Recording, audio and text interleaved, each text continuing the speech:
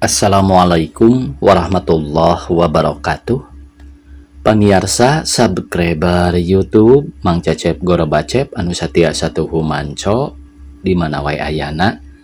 Dina dangat ayeuna urang neraskeun hanca carpon tina majalah Mangle tahun 1861 nomor 48. Carpon anu baris kapidangkeun dina dangat ayeuna judulna Kedok.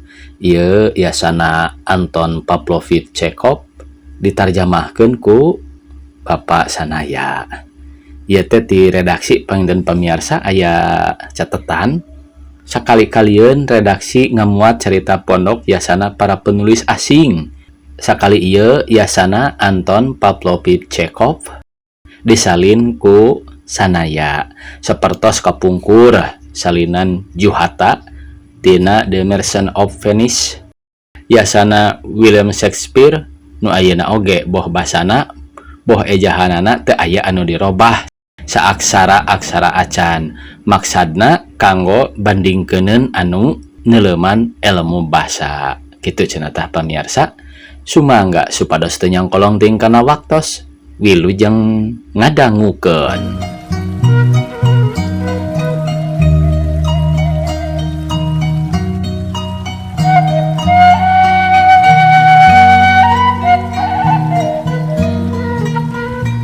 Hiji pesta dangsa alegoris atawa seperti cek wanoja-wanoja di dinya mah bal pare keur lumangsung di sasi tek ek harita teh jam 12 peuting para intelek nu teu dangsa nu teu marake kedok kabehanana aya limaan dariuk ngariung meja gede di kamar baca irungna jeung janggot-janggotna katarutupan ku lambaran-lambaran koran maca nundutan jeung mun make kecap wartawan surat kabar Moskow jeung Petersburg teh mah pangmardikana ngahulang mikir.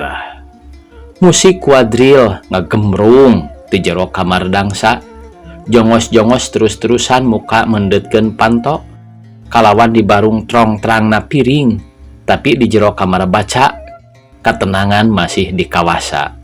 Hiji sore agem seperti sora nu kaluar tina kuluwung ngadadak neupeskeun kasimpean. Geunah di dieu mah meureun. Hayu ka dieu sobat. Panto muka sarta hiji tak-tak nu lebar tina waruga nu make baju kusir saules bulu merak dina topina jeung dikedok asup ka kamar baca. Manehna dituturkeun kedua wanita oge marake kedok jeung hiji jongos mawa baki. Dina baki ngagoler botol inuman keras 3 botol anggur jeung sababaraha gelas. Ka dieu tiis di dieu mah ceuk si lalaki. Sok bakina tenden dina meja mangga caralik mes demoiselles ye veux fils à la trimontra. Anjeun juragan langkung sae kamari mah di titik-titik anjeun mah arangkat bae. Manehna marentah teu euleum-euleum bari nyingkah-nyingkahkeun majalah tina meja. Simpan kabehanana. Ngadalih wae anjeun mah. Nukur maos. Ayeuna mah taya waktu keur maca jeung politik. Sarimpen bae. Kuring miharep anjeun rada sopan saeutik.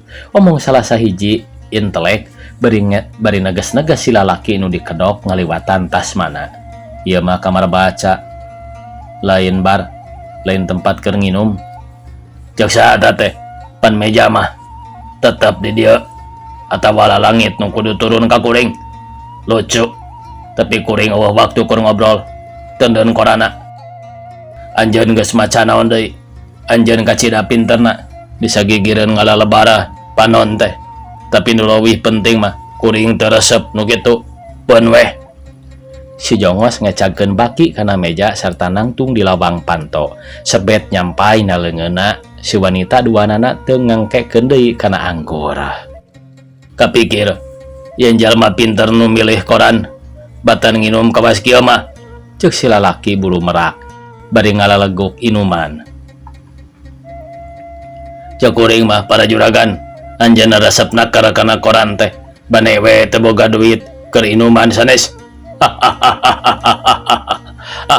tinggal ieu nuker maca aya naon na koran teh nu make tas mah pek jawab eureun aya nama eureun nginum eta. Si lalaki buru merak ngodongkang tuluy nyosoe koran tina leungeun lalaki nu make tasma. Si tasma beungeutna beureum tuluy pias. Melong kalawan heran ka intelek liana nu direret ge nya kitu keneh. Anjeun geus poho kana diri, manehna nyentak. Anjeun ngarobah kamar baca jadi tempat nginum. Anjeun ulung nyieun kakacauan ngarebut koran tina leungeun batur. Teu suka kuring mah anjeun teu nyaho jeung saha anjeun pahareup-hareup. Kuring teh direktur bank Justy Yakob. Teu paduli satika-tika acan mun anjeun Justy Yakob sarta ku kieu nembrakeun ka anjeun kumaha pamanggih kuring kana koran. Si lalaki ngarebut koran terus disosoek jadi cewiran-cewiran. Naon maksudna ieu teh? Justy Yakob kekerot nahan amarah. Ieu mah kacida anehna, ieu mah pohara pihelopkeunana naker. Ambek tuh ayeuna. Si lalaki nyalakatak. Oh kumaha jeung sieun geura tinggal ieu tur kuring. Meuni nyorojo di kieu. Ayeuna mah kieu geura darengekeun juragan-juragan. Ngabojek mangke bae. Kuring teu resep ngawangkong jeung anjeun. Kuring hayang sorangan jeung ieu. Mes demoilisales. Kuring hayang nyenang-nyenang diri. Ku kituna alusna tong nyieun kariceuan adin dit wae. Tuh panto juragan belebukin kaluar teh dieu keur naon maranyun kitu. Mun ceuk kuring endit-endit buru-buru sameme dipangpengkeun kaluar. Naon bieu teh? Teu nya belebukin bendahara rumah piatu. Beungeutna geuneuk jeung bari ngangkat tak-tak. Kuring weleh teu ngarti. Kalawan ngaradak jalma biadab kieu ngagarung ngariweuhkeun ka jero. Biadab ceuk anjeun. Nyorowok si lalaki bulu merak mimiti nafsu serta nemrag meja ku pereupna. Ngajadikeun gelas-gelas tina baki rarag-rag. Napang rasa teh jeung saha anjeun nyarita teh? Eta peda kuring make kedok. Anjeun bisa nyebut naon wae. Nah sirah teh teu panas. Keluar. Oge direktur bank, keluar kabeh. Kuring teresep aya bajingan di dieu. Najan saurang oge. Hayo geura indit ka ditu. Ka kandang babi. Keheula ceuk Justy Yakob nu tasmana katara kasaaban kesang rasakeun geura hei calukan panitia pesta. Heuleut samenit saurang panitia pesta nu buukna beureum jeung dipitah hejona kerah jasna hahehoh datang tina dangsa. Kalayan hormat mugi kersa ngantunkeun ieu rohangan manehna ngamimitian di dieu mah sanes tempat kanggo ngaleueut. Saya angkat wae ka kamar istirahat. Di mana kerunyungna anjeun teh? Kuring pan teu ngagorwan anjeun lain. Ceuk si kedok nanya angkuh. Teu kedah kitu juragan, mangga angkat. Kieu geura dulur. Kuring mere tempo samenit. Salila anjeun hiji panitia pesta jeung hiji jalma penting di dieu. Panggiringkeun ieu jalma sina kalaluar. Mes demoiseles teresepeun aya nu sajen ngalingkung meja. Ari sina jeung deui kuring hayang duit. Kuring aya gunana serta kenal ka aranjeun dina kaayaan nu sabenerna.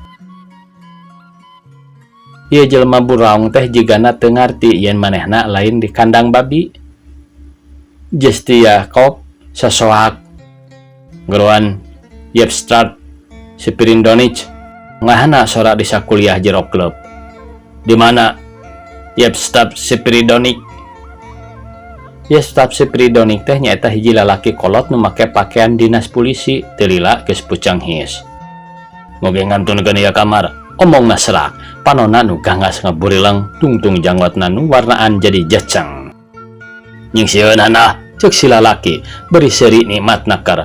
Bener, demi Allah, eta rumbah mani jeceng, mani jeg ucing bae, panon gular giler.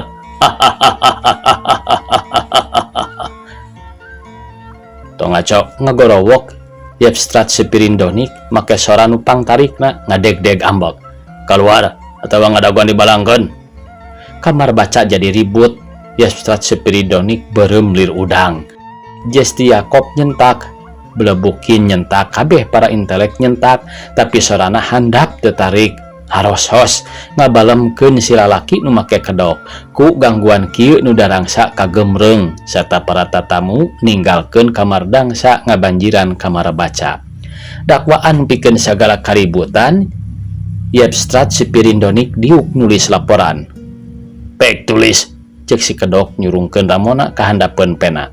Naon deui ayeuna? Keur nyilakakeun kuring? Be, cilaka.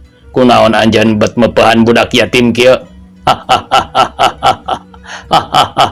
Ayo terus rengse laporan anak kabeh pada nekan dedinya ayeuna taringali 1 2 3 manehna nangtung cengkat hampang pisan serta nyuplak kedokna sanggeus manehna muka beungeutna nu mabok jeung lurat reret ka kabeh ngarasakeun ngeunahna tina hasil kalakuanna dieu manehna ngagudubrak deui kana korsina bari seuri babarakatakan jeung sanyana hasilna luar biasa.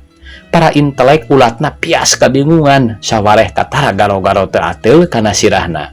Yepstrat si Pirindonik ti korona asa garing saperti jalma nu karek eling sabada ngalampahkeun gagawean belagung.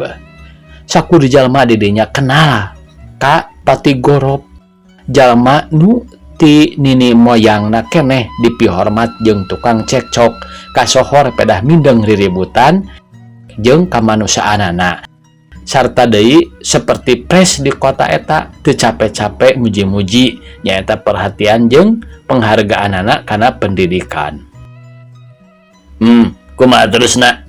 Nanya Patigorop. Bada watara jongjongan. Para intelek ting kelemes tanpa nyarita sakemek-kemek acan. Patigorop ngoncikeun panto sanggeus kabeh kaluar. Maneh nyao eta Patigorop? Cek Yepstrat si Pirindonik sorana serak rada dipengkak nyigeung ka jongos nu mawa anggur ka kamar baca. Nah maneh teh nyarita naon? Di piwarangna da teu kengeng daguhan nepi ka dewek mere sabulan penjara tolol kakaranya ho naon hartina teu kengeng keluar jeung ieu deui juragan-juragan manehna nyambung malik ka para intelek tukang ribut wungkul kawas teu bisa ninggalkeun kamar baca 10 menit wae mah aranjeun geus nyieun kawanaran kulantaran kitu kewajiban anjeun sorangan kaluar tina eta kasusahan. Oh kuring teu misuka kana telajak aranjeun. Demi Allah henteu. Para intelek ting lalihud di klub kalawan susah sedih handeueul pating kuciwes silih harewos saperti karek reureuh tina hiji kagenjleungan pamajikan-pamajikanana jeung anak-anak awewena ngadarenge yen Patigorop kahina jeung kagetrik ngarasa seber sarta nungtutan baralik dangsa jadi lekasan. Jam 2 Janari Patigorop keluar ti kamar baca manehna geus maboknya tuluy ka kamar dangsa diuk gigireun band musik nundutan ngadengekeun sora musik antukna sirahna ngolehek lesu jeung mimiti kerek. Eureun ngahwit si panitia pesta ka pamain musik. Yegor nilik keur palai teu kaabotan upami kuring nyandak mulih anjeun. Yegor nilik belebukin nanya rengkuh nompo kana ceuli si milioner. Patigorop ngamanyunkeun bibirna seperti nyoba niup laleur tina pipina. Teu kaabotan upami kuring nyandak mulih anjeun melikan deui belebukin atanapi diwartoskeun ka jalmi itu kanggo nyandak kareta ka dieu. Naon? Anjeun. Aya naon? Bili bade mulih, tos waktosna mulih. Kuring hayang balik, cing panganterkeun. Marah mah jeung sugema belebukin mapak nangtukeun Patigorop. Para intelek liana gancang maruru dipapaesan ku imut. Kabarangan maranehna ngangkat jalma nupang dipihormatna di sakuliah kota sarta mangkut kalawan hidmat kana karetana. Ngan hiji seniman nu boga bakat bisa muncul dina riungan kawas kitu nyarita Jesti Yakob di Barung Guligah mang naikeun si milioner kana kareta. Kuring kacida bengongna Yegor nilich kuring teu tiasa eureun seuri dugi ka ayeuna ge. Sadayana gumbira anu luar biasa. Sing percanten can kungsi kuring ngaraos ngeunaseri di teater humor nu ngeusi kuring saumur-umur bakal emot kana ieu peuting nu hamok kapopohokeun teh. Sanggeus nganterkeun peti gorop para intelek ngarasa gumbira jeung ngemplong. Manehna sasalaman jeung kuring. Jesti Yakob nyombong dina sora nu jigrag. Jadi beres we, manehna teu ambek. Moga-moga wae ngararenghat Yapstrat si Pirindonik. Manehna teh bajingan jalma goreng, tapi manehna dermawan urang. Ada anjeun kudu hati-hati. Tamat cenah pamirsa. Ieu tina short novel and stories The Mask. Sakitu anu tiasa kapihatur. Wassalamualaikum warahmatullahi wabarakatuh.